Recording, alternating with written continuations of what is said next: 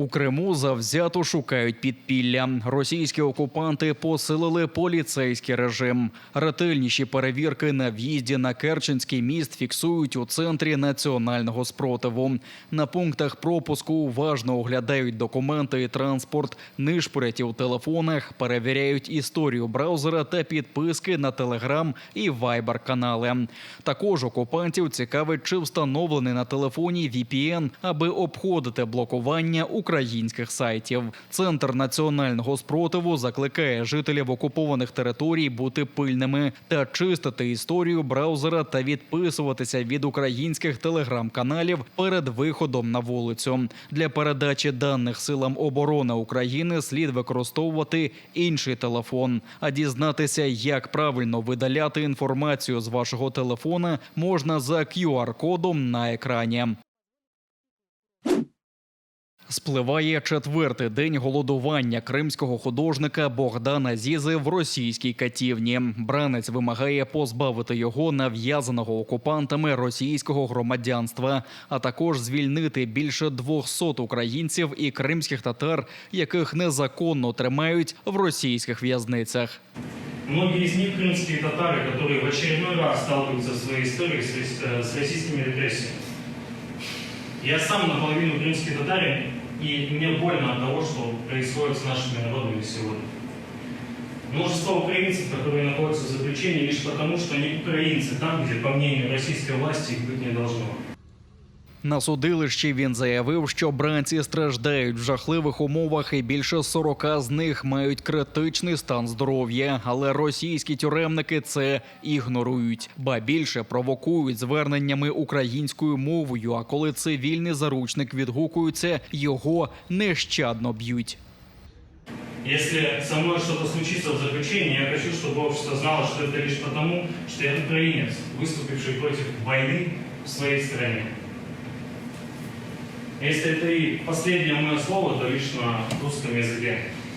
Это последние мои слова, сказанные на русском языке, а я не червоний, я багряний, я не римую для партнера, і це не рими, це є рани, та я не мельник для вас, бандера. Митець з Євпаторії Богдан Зіза для окупантів символізує показову розправу за антивоєнний протест. У травні минулого року він облив будівлю окупаційної адміністрації Євпаторії синьою та жовтою фарбами та спробував її підпалити. Він пережив тортури та знущання і був покараний російським судом 15 роками колонії. Окупаційна влада Криму на чолі з Сергієм Аксьоновим не приховували, що судилище над Богданом Зізою спроба залякати усіх, хто виступає проти російської окупації.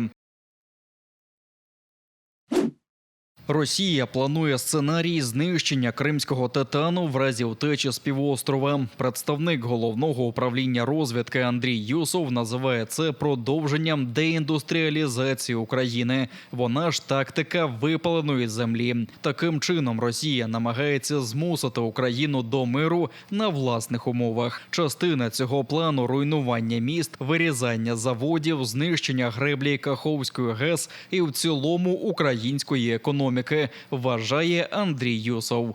Сам факт мінування будь-яких об'єктів критичної інфраструктури, цивільної інфраструктури – це вже ознака, власне, терористичних дій, підготовки можливої до таких дій і підготовки до наступних воєнних злочинів. Тому, звичайно, і Україна буде на це належним чином реагувати, і світ має реагувати. Напередодні в Головному управлінні розвідки підтвердили, що окупанти мінують цехи та територію заводу «Кримський титан» в Армянську. Зазначають, що підприємству бракує води через російський теракт на Каховський ГЕС і запустити його наповну неможливо. Відомо, що на обладнанні «Титану» використовують близько 200 тонн технологічного аміаку, який в разі вибуху накриє прилеглі райони за півгодини. Представник ГУР Андрій Юсов вважає, що цивільні співробітники заводу фактично стали заручниками окупантів. Росія втрачала по одному солдату за кожні 48 сантиметрів території Бахмута. Це підрахунки Міністерства оборони Великої Британії. Місто перетворено на суцільне згарище, але оборонна операція триває, заявив командувач сухопутних військ Олександр Сирський. Він наголосив, що українські воїни просуваються вперед і змушують ворога втрачати позиції на флангах. Впродовж доби силам оборони вдалося просунутися біля Бахмута ще на 250 метрів, на турецькому напрямку на 200 метрів, а на бердянському від 500 метрів до кілометра. Про це повідомив речник Генштабу Андрій Ковальов. Він також підтвердив визволення 7-го містечка на Донеччині – Макарівки. Бійці 35-ї бригади морської піхоти імені контрадмірала Михайла Остроградського, які були в авангарді боїв, розповіли, що частині окупантів вдалося втекти, поки тривала зачистка Макарівки. Тепер гатять з артилерії в надії відбити селище. Вони працюють, як бачите, артою, мінометами, танками. Але ми будемо стояти, бо ми морська піхота. Вірні завжди. Слава Україні! Героям слава!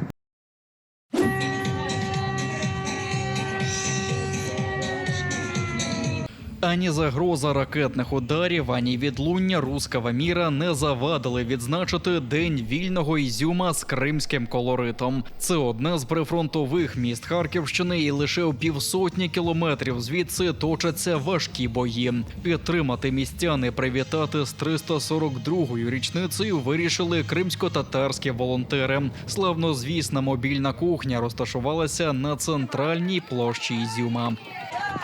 Сьогодні вас готують кримські татари. Дякую! Кримські татари, кусочок Крима. Лише кілька хвилин і величезна черга охочих вишикувалася за кримськими смаколиками. В меню – святковий плов. Організатори запевняють, частування вистачить на всіх, бо з такої мобільної кухні можна нагодувати до 1500 людей. Процесс как происходит? Замочили рис, порезали мясо. Процесс приготовления примерно около 4 часов. Замочили рис, жарим мясо, тушим, затем лук,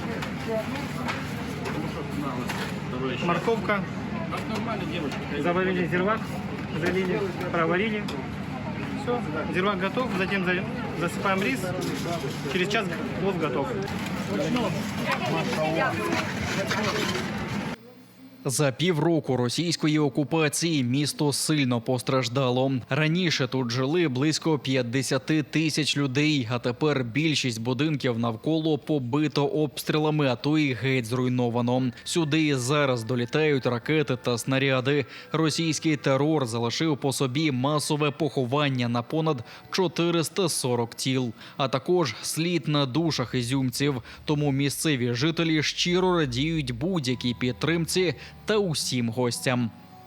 День города, действительно. Спасибо, что организовали, конечно, такое, хоть в такой обстановке. Ну, и вам спасибо, что привезли, угощаете. Даже не знаю, просто прийшли порадіти за своє місто, що воно вільне і все в нас добре буде.